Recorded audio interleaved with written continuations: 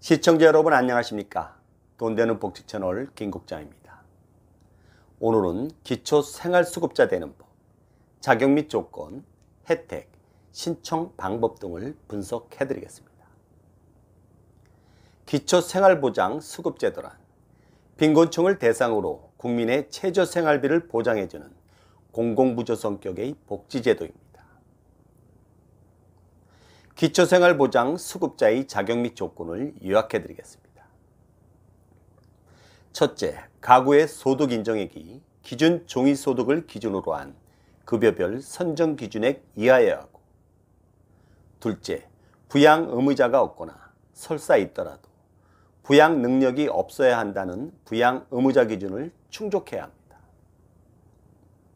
아래 표에서 보듯이 가구의 소득 인정액은 각 급여별 선정 기준액 이하, 즉 기준 중위소득의 30% 이하는 생계급여, 40% 이하는 의료급여, 45% 이하는 주거급여, 50% 이하는 교육급여에 해당합니다. 생계급여와 의료급여는 부양 의무자 기준을 적용합니다. 즉 부양 의무자 기준을 충족해야 한다는 의미이고요. 반면 주거급여와 교육급여는 부양 의무자 기준을 적용하지 않습니다. 즉 부양 의무자 기준을 충족하지 않아도 된다는 의미가 되겠죠. 기준 중위소득이란 무엇일까요? 기준 중위소득은 전체 가구소득의 평균값이 아니라 중간 순위의 값을 의미합니다. 기준 중위소득은 중앙생활보장위원회의 심의 의결을 거쳐 보건복지부 장관이 매년 고시하고 있는데요. 올해는 2.94%가 인상됐습니다. 아래 표에서 보듯이 가구 원수별 기준 중위소득을 살펴보면 1인 가구의 중위소득은 175만 7,194원, 4인 가구의 중위소득은 474만 9,174원입니다. 여러분의 소득 인정액이 가구 원수별 중위소득의 30% 이하는 생계급여, 40% 이하는 의료급여, 45% 이하는 주거급여, 50% 이하는 교육급여에 해당됩니다. 예를 들어 소득 인정액이 중위소득의 28%라면 생계급여부터 교육급여까지 4가지의 급여 혜택을 모두 받을 수 있지만 47%라면 교육급여 혜택만 받을 수 있습니다. 부양 의무자 기준을 충족한다라 함은 무엇일까요? 부양 의무자는 수급권자의 일촌의 직계혈족 및 그 배우자인데요. 부양 의무자가 없거나 설사 있더라도 부양 능력이 없는 다음 경우에 해당돼야 합니다. 첫째, 부모나 자녀 등과 같은 부양 의무자가 없는 경우. 둘째, 부양 의무자가 있어도 소득과 재산이 적어 부양 능력이 없는 경우. 셋째, 부양 의무자의 가족관계 해체 등으로 부양을 거부하여 부양을 받을 수 없다고 인정한 경우. 넷째, 부양 의무자가 있어도 부양을 받을 수 없는 경우입니다. 소득 인정액이란 무엇일까요? 소득 인정액은 상당히 어렵고 복잡하기 때문에 이번 시간엔 기본 개념 정도를 살펴볼까 합니다. 소득 인정액은 소득을 평가하고 재산을 소득으로 환산한 금액을 합산한 겁니다. 소득 평가액은 실제 소득에서 가구 특성별 지출 비용을 차감한 후 근로소득을 공제한 것이고요. 재산의 소득 환산액은 일반 또는 금융재산의 종류별 가액에서 기본 재산을 공제하고 부채를 차감한 후 자동차 가액을 더해줍니다. 이어 재산의 종류별로 소득 환산율을 각각 적용하는데요. 도표에서 보듯이 주거용 재산은 월 1.04%, 일반 재산은 월 4.17%, 금융재산은 월 6.26%, 자동차는 월 100%의 소득 환산율을 적용합니다. 재산 구성으로 보면 자동차, 금융재산, 일반재산, 주거용 재산 순으로 불리하다는 것을 직관적으로 느낄 수 있겠죠. 소득 인정의 계산 사례입니다.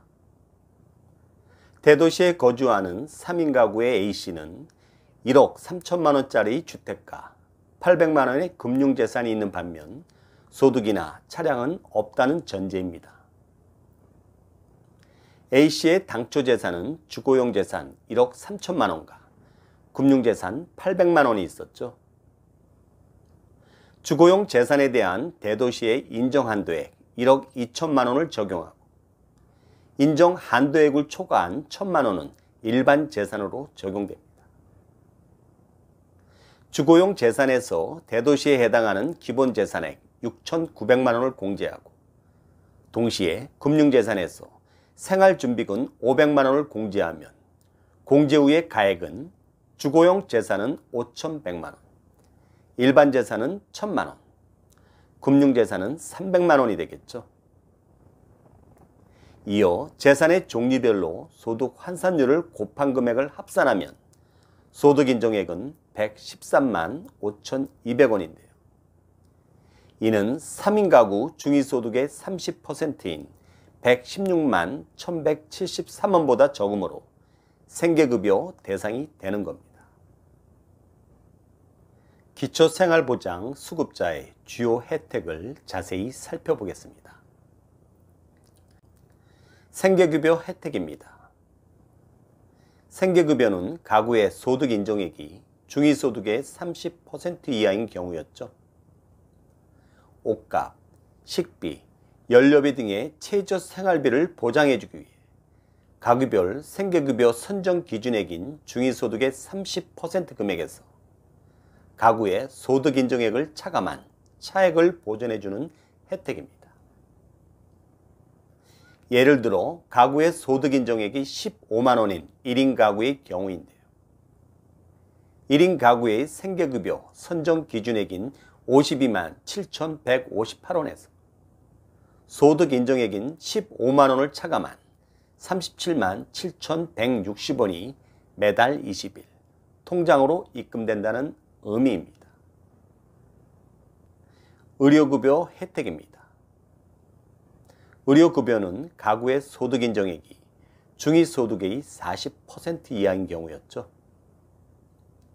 질병, 부상, 출산 등에 필요한 의료비와 약값을 낮은 본인 부담 비용으로 이용할 수 있는 혜택입니다.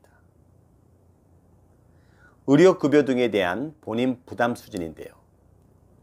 근로무능력 가구, 희귀난치성 또는 중증 질환자인 일종의 경우엔 이번 시에는 본인이 부담하는 의료비와 약값이 없는 반면 외래 시에는 1차 의원은 1,000원, 2차 병원은 1,500원, 3차 종합병원은 2,000원, 약국은 500원 등입니다.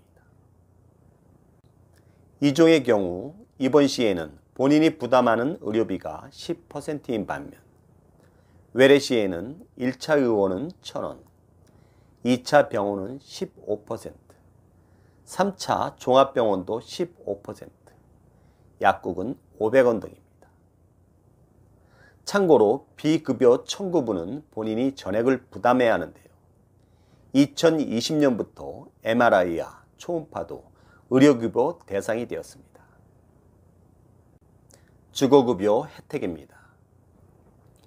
주거급여는 가구의 소득 인정액이 중위소득의 45% 이하인 경우죠. 주거 안정에 필요한 실제 임차료와 수선 유지비 등을 지원해주는 혜택입니다. 임차 가구에는 실제 임차료를 지원해주는데요. 단, 지역 및 가구 원수를 감안한 기준 임대료 한도 내에서 지원해줍니다. 도표에서 보듯이 기준 임대료는 서울과 경기 인천, 광역시 세종, 기타 지역 등 4가지로 분류하고 있고요. 동시에 가구 원수별로 기준 임대료의 상한 금액이 정해져 있습니다. 임차 가구에 대한 주거급여 지원 사례입니다. 소득 인정액이 80만 원인 3인 가구가 월세 40만 원으로 서울에 거주할 경우인데요.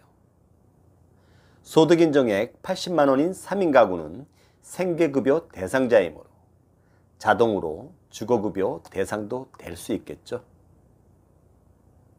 서울 3인 가구의 기준 임대료의 상한선인 35만 9천 원 전액을 지원받을 수 있고요. 만약 월세가 30만 원이었다면 30만 원까지만 지원받을 수 있다는 의미입니다. 자가 가구의 경우인데요. 주택의 노후도에 따라 도배, 난방, 지붕 등에 대한 수선비를 지원해주는 혜택인데요. 도배, 장판 등과 같은 경보수는 3년 주기로 수선비를 457만 원, 급수, 난방 등과 같은 중보수는 5년 주기로 849만 원, 지붕, 기둥 등과 같은 대보수는 7년 주기로 1249만 원을 지원해 줍니다. 교육급여 혜택입니다. 교육급여는 가구의 소득 인정액이 중위소득의 50% 이하인 경우죠. 부교재비, 학용품비, 교과서, 입학금 및 수업료를 지원해주는 혜택입니다. 교육급여 지원 내용입니다. 부교재비는 초등학생은 13만 4천 원, 중학생은 21만 2천 원, 고등학생은 올해 대폭 인상된 33만 9,200원으로 지급 횟수는 연 1회입니다. 학용품비는 초등학생은 7만 2천 원, 중학생과 고등학생 모두 8만 3천 원으로 지급 횟수는 역시 연 1회입니다. 교과서의 경우에는 초등학생과 중학생은 무상교육이죠. 따라서 고등학생을 대상으로 교과서를 지원해주고요. 입학금 및 수업료의 경우에도 초등학생과 중학생은 무상교육 중이라 해당 사항이 없겠죠. 단 고등학생의 경우에는 학교장이 고지한 금액에 대해서 입학금은 1회, 수업료는 분기별로 모두 지원해주고 있습니다. 그 밖에 출산급여 및 장제급여에 대한 혜택입니다. 출산급여는 출산 또는 출산 예정인 경우 아이 1명당 70만 원, 쌍둥이에게는 140만 원을 지원해주고요. 장제급여는 사망한 경우 장례를 치르는 사람에게 사망자 1인당 80만 원을 지원해주는 혜택입니다. 단 출산급여와 장제급여는 생계급여, 의료급여, 주거급여 수급자에게만 지원됩니다. 신청 방법 및 각종 문의에 대한 안내입니다. 기초생활수급자 신청 방법은 방문 신청, 온라인 신청, 대리 신청이 있는데요. 방문 신청은 읍면동 주민센터에, 단 의료급여는 시군구청에서 해야 하고요. 온라인 신청은 인터넷 복지로 사이트에서, 대리 신청은 친족 등도 가능합니다.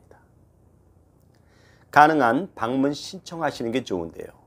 방문하시기 전에 어느 정도 기본 내용만이라도 숙지하고 가시면 담당 공무원과 소통이 원활해질 뿐만 아니라 실질적인 문제 해결에도 다소 도움이 되실 겁니다.